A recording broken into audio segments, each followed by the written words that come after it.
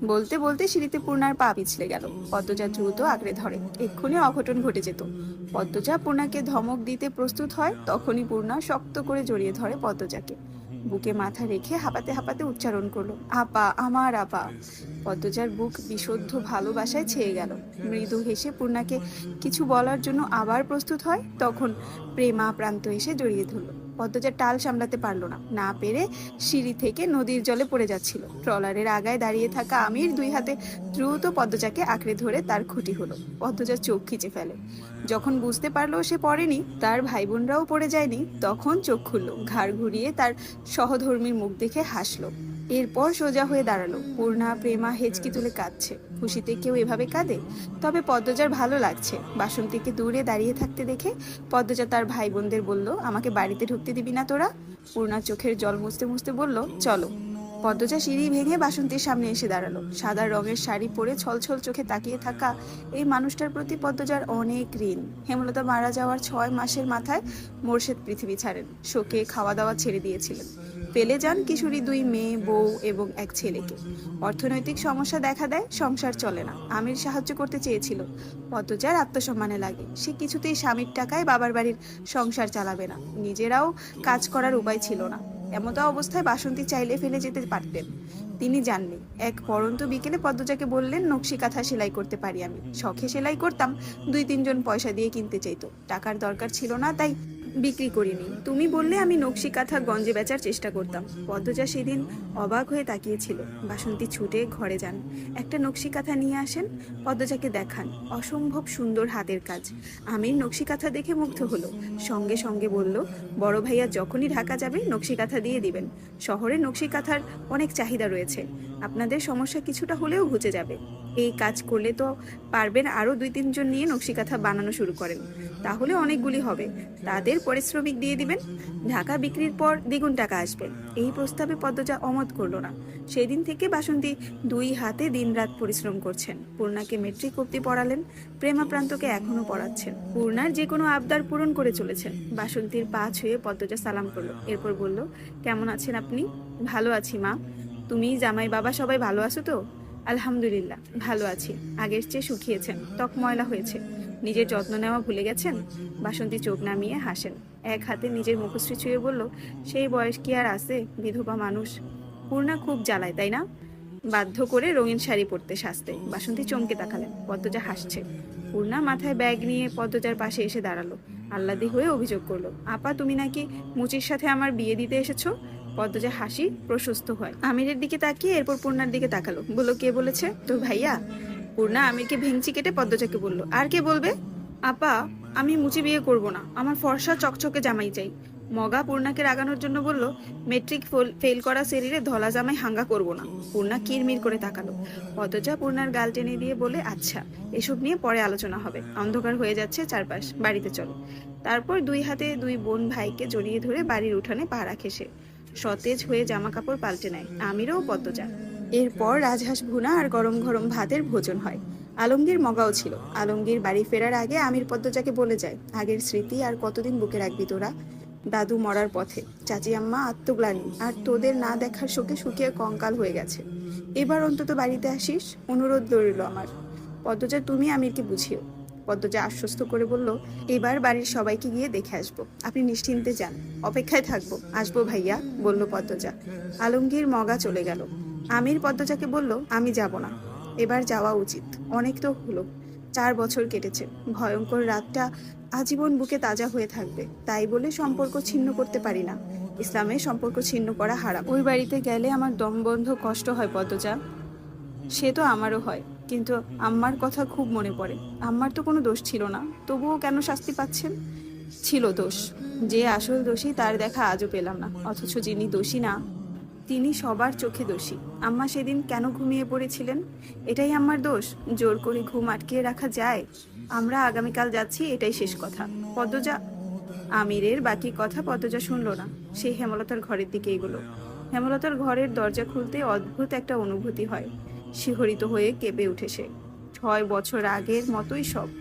নেই শুধু আম্মা। পদ্মজা ধীরে পায়ে ঘরে ঢুকে। আলমারি খুলে হেমলতার শাড়ি বের করে গ্রান শুকে বুকের সাথে জড়িয়ে রাখে।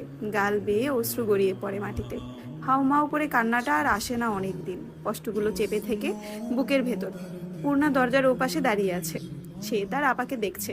পদ্মজা বারবার নাক টানছে, অজস্র চুমুতে ভরিয়ে দিচ্ছে মায়ের শাড়ি, যেন সে শাড়ি না তার মাকেই চুমু দিচ্ছে। পূর্ণার মন ব্যথায় ভরে ওঠে। তার কি মায়ের জন্য কষ্ট হচ্ছে, নাকি আপার কান্না দেখে কষ্ট হচ্ছে জানে না পূর্ণা, শুধু উপলব্ধি করছে তার কান্না পাচ্ছে। কান্নার শব্দ শুনে পদ্মজা ঘাড় ঘুরিয়ে তাকালো। পূর্ণাকে কাঁদতে দেখে দ্রুত চোখের জল মুছে হাতের শাড়ি আলমারিতে রাখলো। এরপর পূর্ণাকে ডাকলো, আয় এদিকে।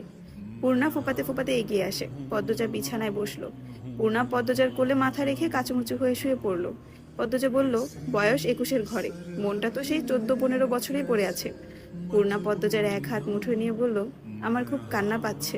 কাঁদিস না, ঠেলে ঠুলে বেরিয়ে আসছে তো, থামানোর চেষ্টা কর। থামছে না, তুই তো আরো কাঁদছিস, বেড়ে যাচ্ছে তো। পদ্মজা ঠাস করে পূর্ণার গালে থাপ্পড় বসালো। সঙ্গে সঙ্গে পূর্ণার কান্না থেমে যায়, চোখ বড় বড় করে তাকায়। পদ্মজা আওয়াজ তুলে হেসে ওঠে। পূর্ণা দ্রুত উঠে বসে, হাত ছাড়তে ছাড়তে হেসে বলল, থেমে গেছে। পদ্মজার হাসি বেড়ে গেল, মুখে হাত চেপে হাসি আটকানোর চেষ্টা করে। হাসির ঠেলায় চোখে জল আসে। পূর্ণা কান্না নিয়ন্ত্রণ করতে পারে না, থামাতে বললে আরো বেড়ে যায়। ব্যাপারটা যে কেউ উপভোগ করে। প্রেমা ঘরে ঢুকে অভিমানী কণ্ঠে বলল, আমাকে ছাড়া কি নিয়ে কথা হচ্ছে আর হাসা হচ্ছে? পদ্মজা হাসতে হাসতে বলল, পূর্ণা কাঁদছিল, থামতে পারছিল না। প্রেমা হেসে বিছানায় উঠে বসে, 2 পা ভাঁজ করে বলে, বড় আপা ছোট আপা নামাজ পড়ে না। পদ্মজা হাসি থামিয়ে পূর্ণার দিকে তীক্ষ্ণ চোখে তাকিয়ে বলল, কিরে তুই নামাজ পড়িস না কেন? চিঠিতে তো বলিস অন্য কথা। পূর্ণার ইচ্ছে হচ্ছে প্রেমাকে লবণ মরিচ দিয়ে করিয়ে কাঁচা আমের মতো কামড়ে খেতে, কিন্তু এখন পরিস্থিতি সামলাতে হবে। সে পদ্মজাকে বোঝানোর চেষ্টা করলো, আপা বিশ্বাস করো, শুধু এক ওয়াক্ত পড়িনি। আর আর প্রেমা, আমি আমার চুরি দেইনি বলে মিথ্যে বলবি না। কতবার বলেছি মিথ্যা কথা ছাড়তে? সত্যি স্বীকার কর, কিসের কাজ তোর? পড়ালেখা ছেড়েছিস 4 বছর, মেট্রিক আবার পড়লি না। বিয়ে করতে চাস না বলে বিয়ের জন্যও জোর করিনি। তার মূল্য এভাবে কথা না শুনে দিবি? এটা তো আমারও কথা না, যিনি সৃষ্টি করেছেন উনার আদেশ। পূর্ণা মাথা নত করে রাখে। পদ্মজা বিছানা থেকে নামতে নামতে বলল, ঘুমাবো না তোদের সাথে। প্রেমা আর্তনাদ করে উঠল, আপা আমার দোষ কি? পূর্ণা পদ্মজার কোমর জড়িয়ে ধরে কিছুতেই যেতে দিবে না। পদ্মজা বলল, ছাড় বলছি। পূর্ণা আকুতি স্বরে বলল, যেও না, এখন থেকে প্রতিদিন পড়বো, সত্যি বলছি। সত্যি তো? বলল পদ্মজা। সত্যি। পদ্মজা বিছানায় পা তুলে বসলো। পূর্ণা আর চোখে প্রেমাকে দেখলো, দৃষ্টি দিয়ে যেন হুমকি দিল, আমারও দিন আসবে। গ্রামে আসলে আমির প্রান্তর সাথে ঘুমায়, পদ্মজাকে তার বোনদের সাথে ছেড়ে দেয়। আজও তার ব্যতিক্রম হচ্ছে না। 2 বোনকে নিয়ে শুয়ে পড়ে পদ্মজা। কত কত গল্প তাদের। পদ্মজা শুধু শুনছে আর হাসছে।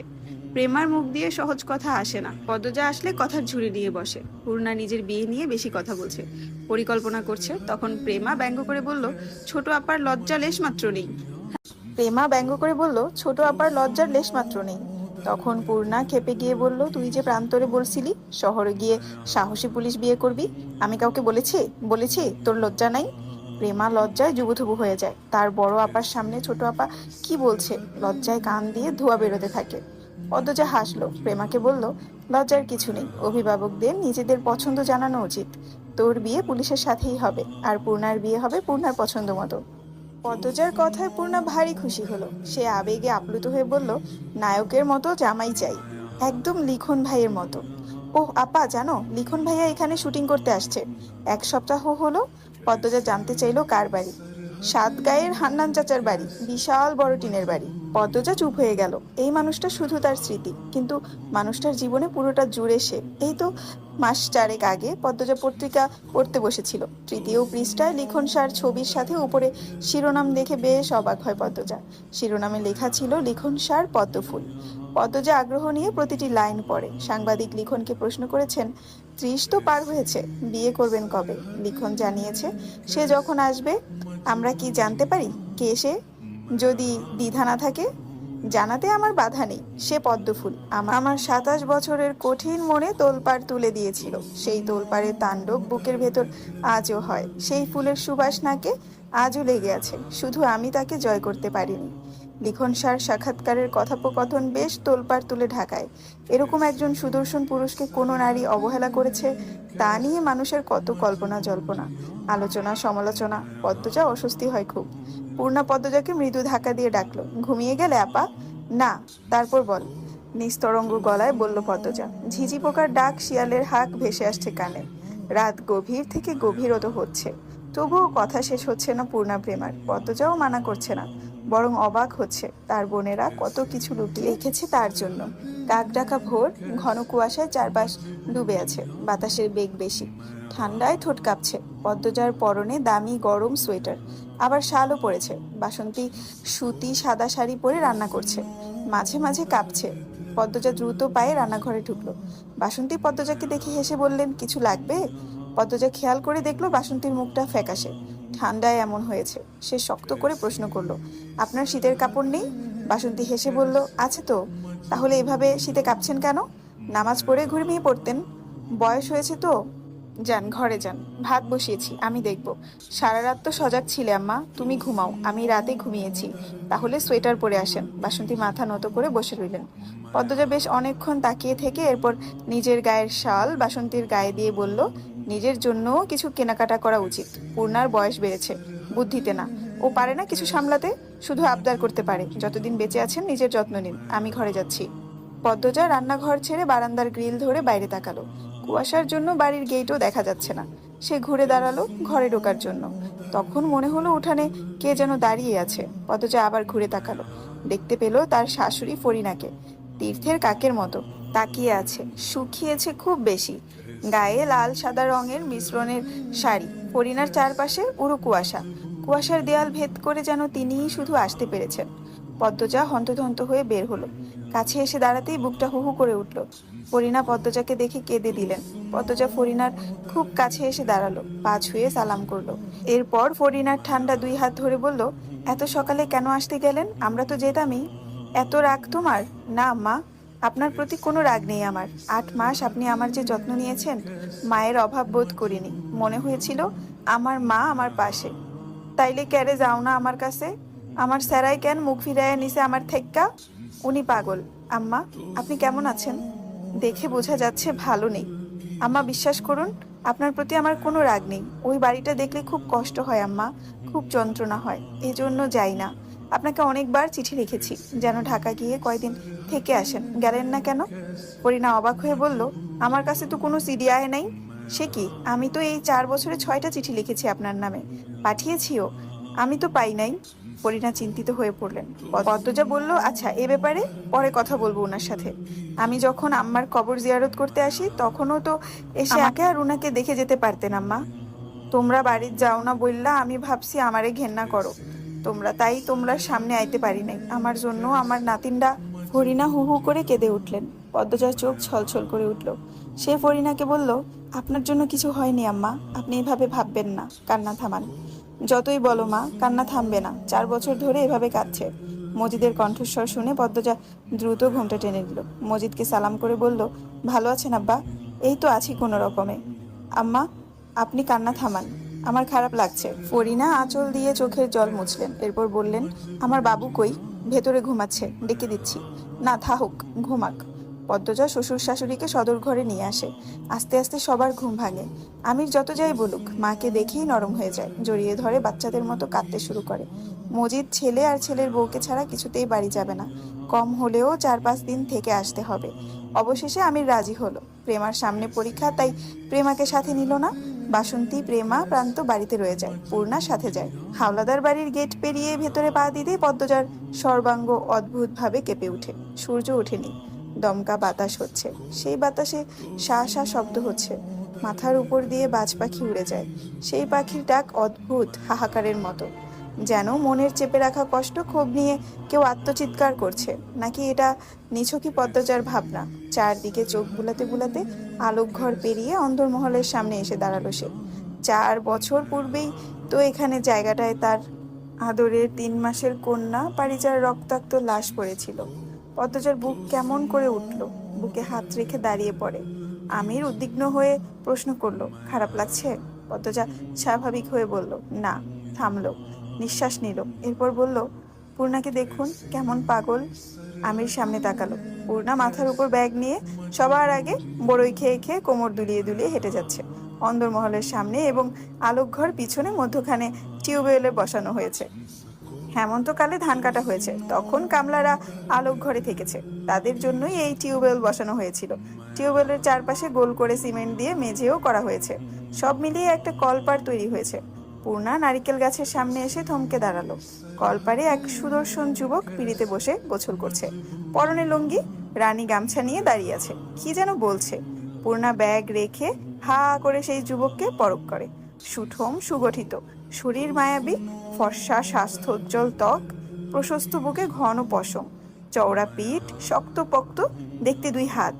ডান হাতে ছোট কলস নিয়ে মাথায় পানি ঢালছে। সেই জল চুল থেকে কপাল, কপাল থেকে ঠোঁট, ঠোঁট থেকে বুক বেয়ে গড়িয়ে পড়ছে। হঠাৎ চুল ঝাঁকি দিয়ে উঠল, জলের ছিটা ছড়িয়ে পড়ে চারদিকে। রানী যুবকটিকে বকতে বকতে দূরে সরে দাঁড়ায়। যুবকটি আবারও মাথায় পানি ঢেলে চুল ঝাঁকায়, উদ্দেশ্য রানীকে ভিজিয়ে দেওয়া। পূর্ণা মুগ্ধ হয়ে গেল। সে দ্রুত ব্যাগ মাটিতে রেখে দিল, ওড়না ঠিক করে চুল ছেড়ে দিল। এরপর কলপারের দিকে হেঁটে গেল। ঠোঁটে তার হাসি, চোখের দৃষ্টি দেখলেই যে কারো মনে হবে পূর্ণা অপরিচিত এই যুবকটির চোখ দিয়ে পিষে ফেলছে। কলপারের পাশে ভেজা কাদা ছিল। পূর্ণা পা রাখতেই পিছলে পড়ে যায়। ধপাস শব্দ শুনে